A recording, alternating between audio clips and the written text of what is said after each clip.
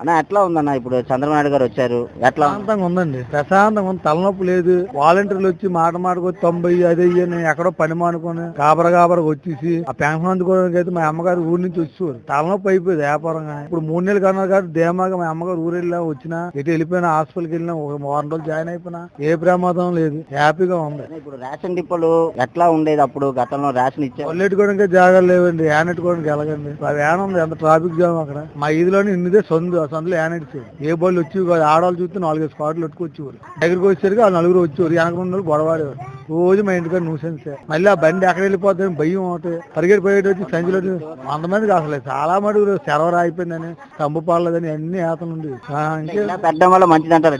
ఎప్పుడైతే అప్పుడు వెళ్ళి తీసుకోవచ్చు. ఆ వ్యాన్ గంట ఉంటుందో అరగంట ఉంటుందో తెలియదు, జమ్ము వెళ్ళిపోయేది. ఈ లోపు పరుగో పరిగెట్టి వాళ్ళం. చాలా తలనొప్పి అయిపోయి ప్రశాంతంగా ఉందండి. అతను ఏం చేయకపోయిన పర్లేదు కానీ ప్రశాంతంగా ఉంది. మా ఊరిలో చదువుకుని పిల్లలు ఒక్కరు లేరు, అందరూ హైదరాబాద్ వెళ్ళిపోయారు.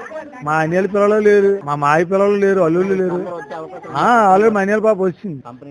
రుసుకోండ ఇన్ఫోసిస్ కంపెనీ వచ్చిందట, వచ్చింది. మా అన్యాల పాప దూరంకి వెళ్ళిపోయేది. ఎలా ఉందో భయం వేసింది మాకు. ఇప్పుడు ప్రశాంతంగా ఉంది.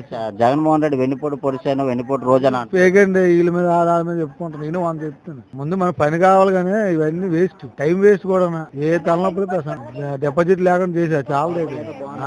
అది వాటర్ తోటి మాకు తలనొప్పి అయిపోయింది. ఏ ఊరు వెళ్ళినా 90 ఏళ్ళు బేగ వచ్చేయండి, ఏటి ఉండేది కాదు 90. తమ్మతో పని లేదు, ఏం మా పని మీద చేసి ప్రశాంతంగా ఉన్నాం అంతే.